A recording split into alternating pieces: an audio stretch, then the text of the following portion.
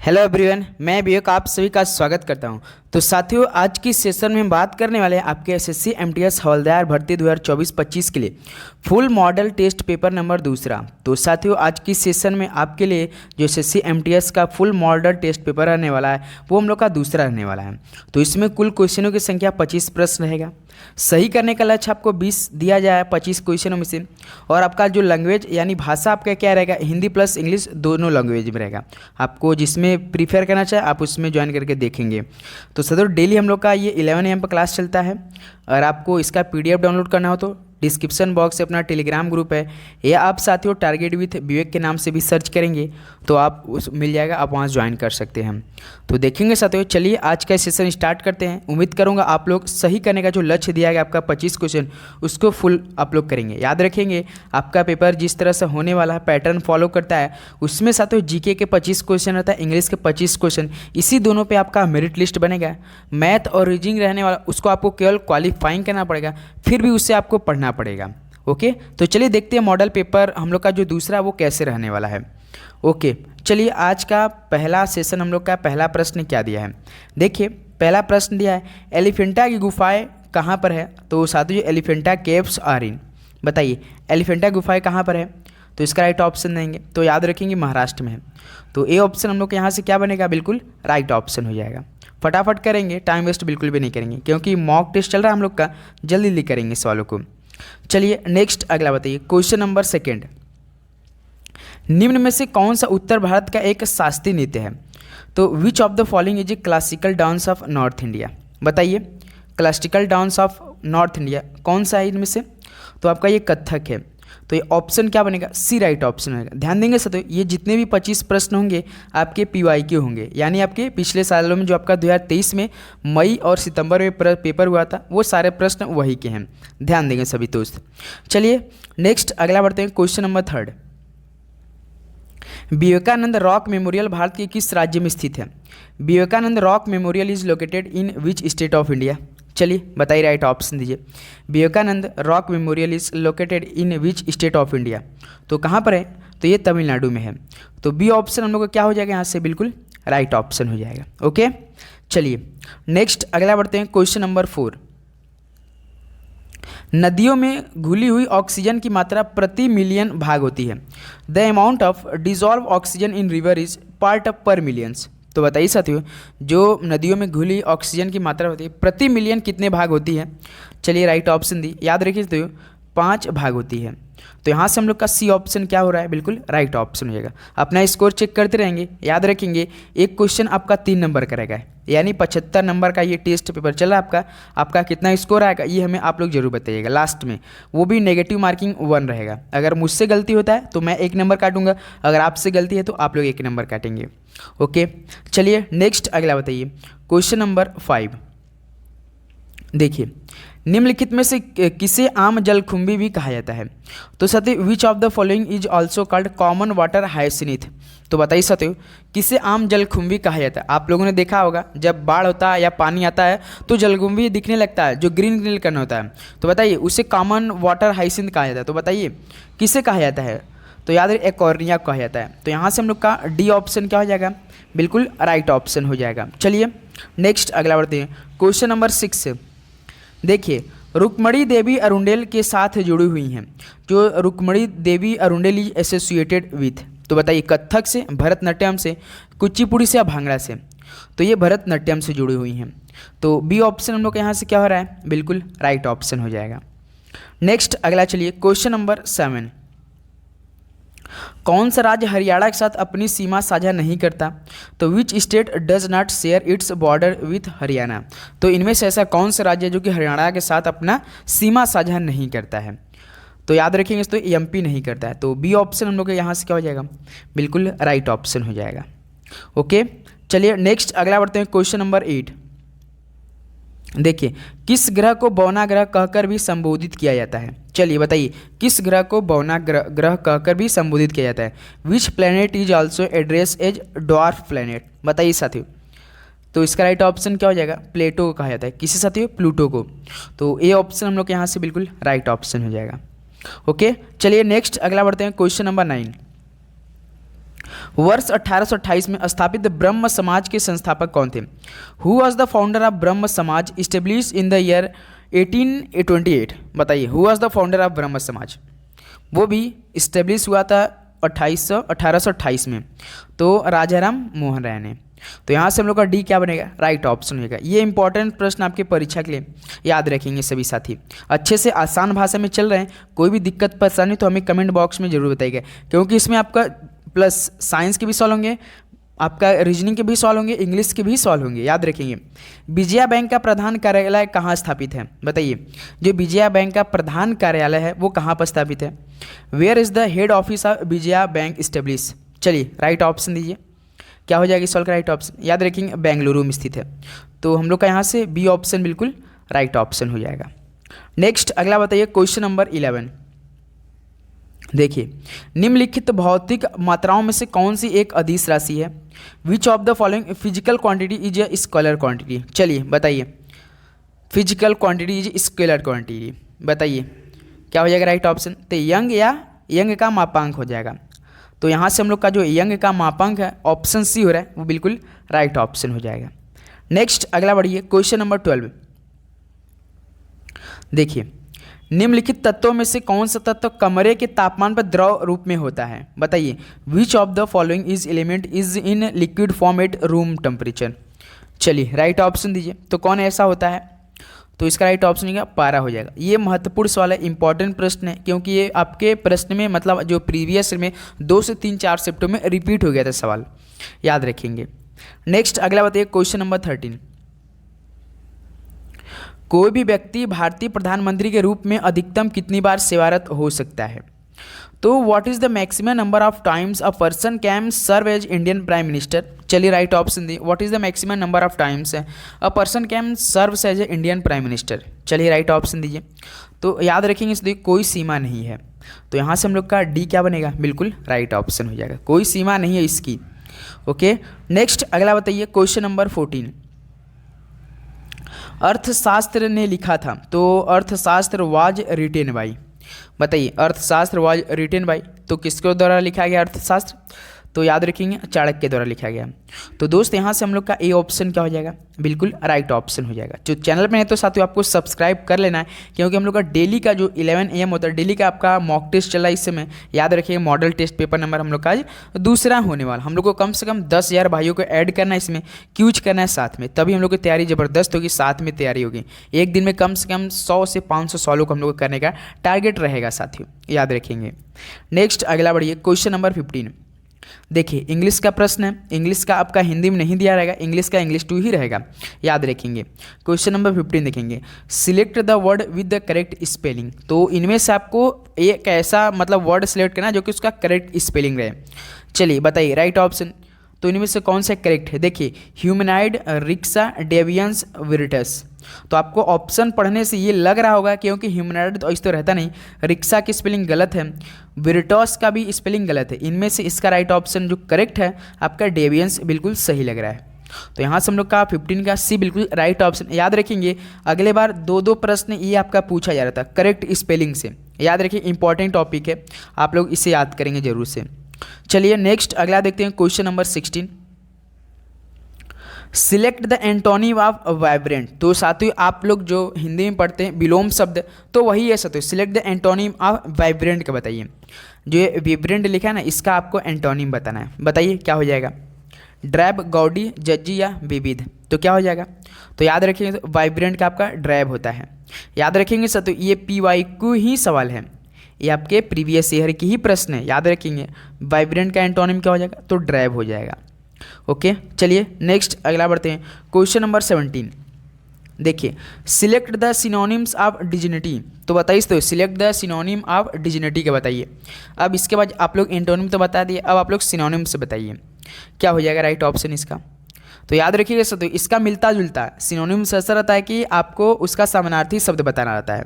तो डिजिनिटी का आप देख रहे हो तो डिक्सेंसी होता है, यहाँ से जो ए ऑप्शन यहाँ से आपका है बिल्कुल राइट ऑप्शन हो जाएगा। कोई दिक्कत? बिल्कुल अच्छे से याद कर लीजिए आप लोग, डिजेंटी का डिसेंसी होता है, याद रखना है। हम लोग को 5 सालों का प्रीवियस ईयर को पेपर करना है डेली, जो आपको हम 11 AM पे देते हैं, वो भी इस समय 2023 में जो आपका मई का पेपर हुआ था, कल आपका ख़त्म हो जाएगा। तो कल आपका ख़त्म हो जाएगा, उसके बाद सितंबर का पेपर हम स्टार्ट करेंगे, याद रखिएगा। उसके बाद 2022 का पेपर हल करेंगे, उसके बाद 2021, 2020, उसको 2019 का यहाँ तक हल करेंगे। हाँ याद देखेंगे आप लोग, 40 से 45% वहाँ से आपको प्रश्न मिलेगा। अब अगर आपने याद किया होगा तभी आपको याद होगा, क्योंकि पेपर में जाएंगे तो काफ़ी मतलब डर रहता है, तो उसमें भूल जाती है, लेकिन आपको रिविजन करते रहना है।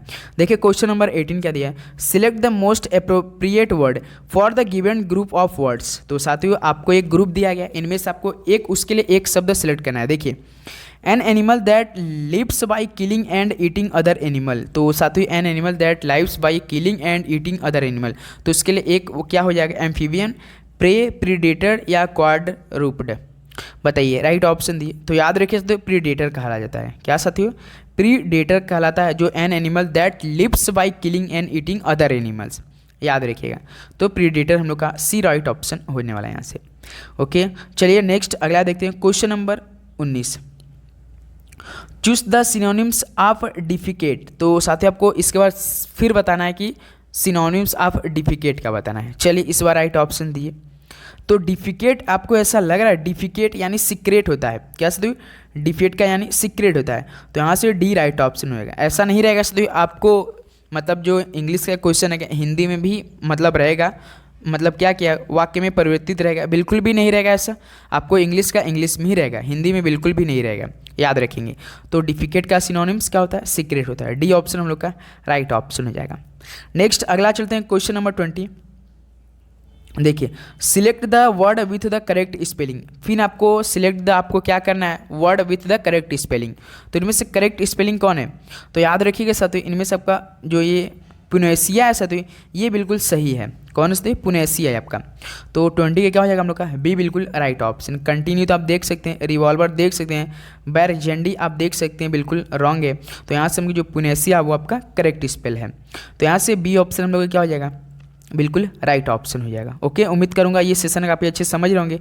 चैनल पर तो आप लोग जरूर सब्सक्राइब कीजिएगा। नेक्स्ट अगला देखते हैं, क्वेश्चन नंबर 21। देखिए दोस्त, अब यहाँ से आपका रीजनिंग के प्रश्न हल को करते हैं।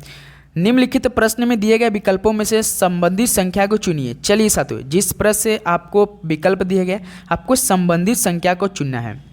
पहले हम पहले को देखेंगे 55 से 47 कैसे बना होगा।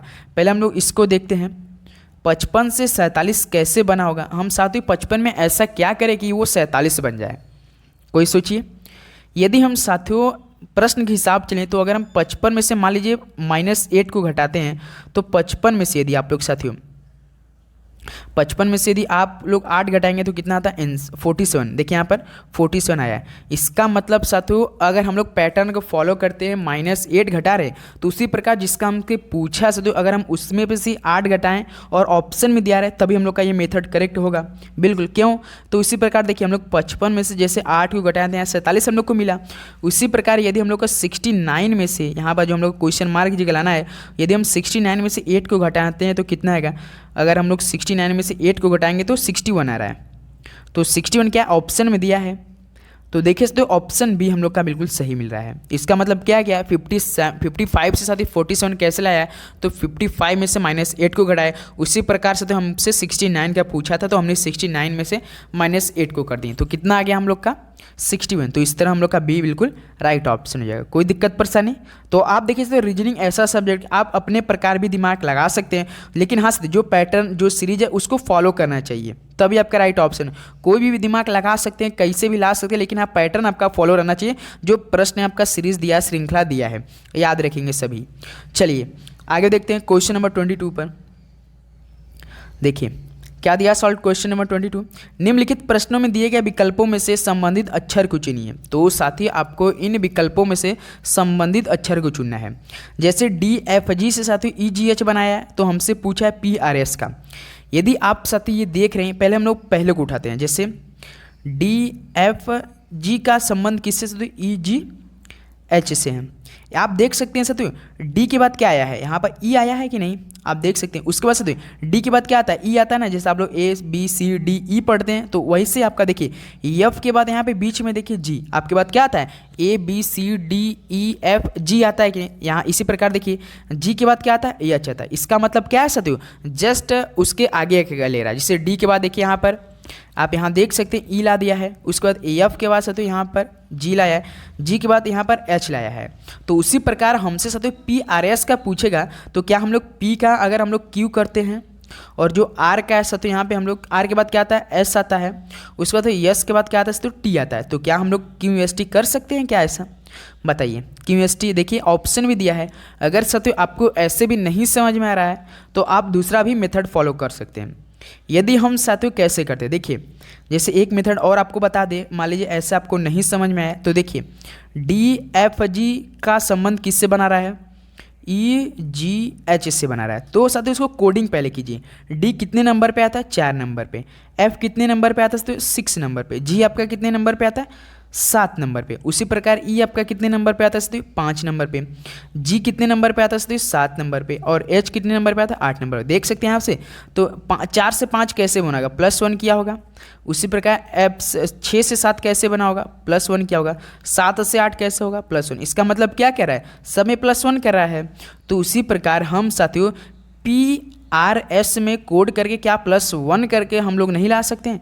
तो P जैसे आपका कितना नंबर का होता है 16 नंबर का, R आपको 18 नंबर का, S आपका 19। चलिए +1 किया तो हम लोग 16 में यदि 1 को जोड़ते हैं तो 17 आएगा, 18 में यदि हम +1 को जोड़ेंगे तो 19 आएगा, और आपका 19 में +1 करेंगे 20। अब यह 17 कितने नंबर पे होता है, क्यू पे होता है, और आपका 19 आपका एस नंबर पे आता है, और आपका T20। तो देखिए वही तो आ गया QST। तो आप जिस भी मेथड में समझे हो आप लोग अपने दिमाग लगाइएगा अच्छे से, बस आप लोग रिवीजन करते रहिए। उम्मीद करूँगा आप लोग समझ गए होंगे अच्छे से, एकदम आसान भाषा में। कोई दिक्कत परेशानी, बिल्कुल नहीं दिक्कत। चलिए आगे बढ़ते हैं। क्वेश्चन नंबर 23 देखेंगे क्या दिया है, यदि 4 + 5 = 41 है और 10 + 12 = 244 है तो 6 + 8 कितना होगा। तो साथियों ये तो कुछ दिमाग ही अलग लगाया है। देखिए क्या दिया है, 4 + 5 = 41 दिया है। तो पहले हम पहले को ही समीकरण को हल करते हैं। तो आप लोग बताइए इसमें दिमाग क्या लगाते हैं। 4 × 5 = 9 × 5 = 45, 5 × 4 = 9 × 4 = 36। क्या ऐसे हो सकता है क्या, देखते हैं। 5 × 4 = 9 × 4 = 36, 5 × 41, 12 × 120, 120, 120, 12 × 144, ज़्यादा हो जा रहा है। तो यदि हम साथियों इसको न लेकर यदि हम 4 + 5 को 41, यदि हम साथियों 4 का स्क्वायर करते हैं प्लस 5 का स्क्वायर करते हैं तो कितना, 4 का स्क्वायर कितना होता है साथियों आपका 16 होता है, और 5 का स्क्वायर कितना 25। देखिए इन दोनों को ऐड करेंगे तो देखिए 41। इसका मतलब क्या है साथियों, इन दोनों नंबर को ब्रेक करके क्या किया है, स्क्वायर कर दिया है। उसी प्रकार यहाँ पर देख लेते हैं हम लोग 10 + 12 बराबर कितना दिया 244। यदि हम 10 का स्क्वायर करते हैं साथियों 100 आता है। उसी प्रकार 12 का स्क्वायर कितना होता है साथियों आपका 144। तो यहाँ पर देख सकते हैं अगर 100 + 144 को ऐड करते हैं तो हम लोग क्या 244 आ जाएगा।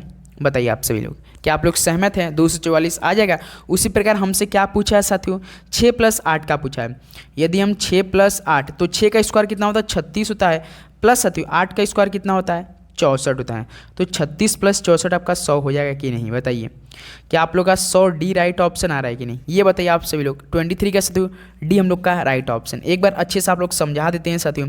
जैसे देखिए 4 + 5 = 41 कैसे हल किया होगा।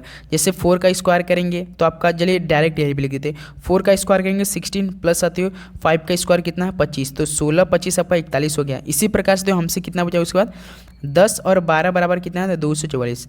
यदि हम लोग साथियों 10 का स्क्वायर करते हैं 100 और 12 का स्क्वायर कितना होता है 144। तो 100 अगर आप 144 को जोड़ेंगे तो आपका 244 आएगा। और हमसे क्या पूछा है 6 + 8, 6 का स्क्वायर कितना होता है 36, 8 का स्क्वायर 64। अगर हम 36 और 64 को ऐड करेंगे तो हम लोग का 100 आ रहा है। क्या हम लोग का डी राइट ऑप्शन मैच करा है, बताइए आप सभी लोग। 23 का डी करेक्ट ऑप्शन सभी लोग समझ गए होंगे अच्छे से।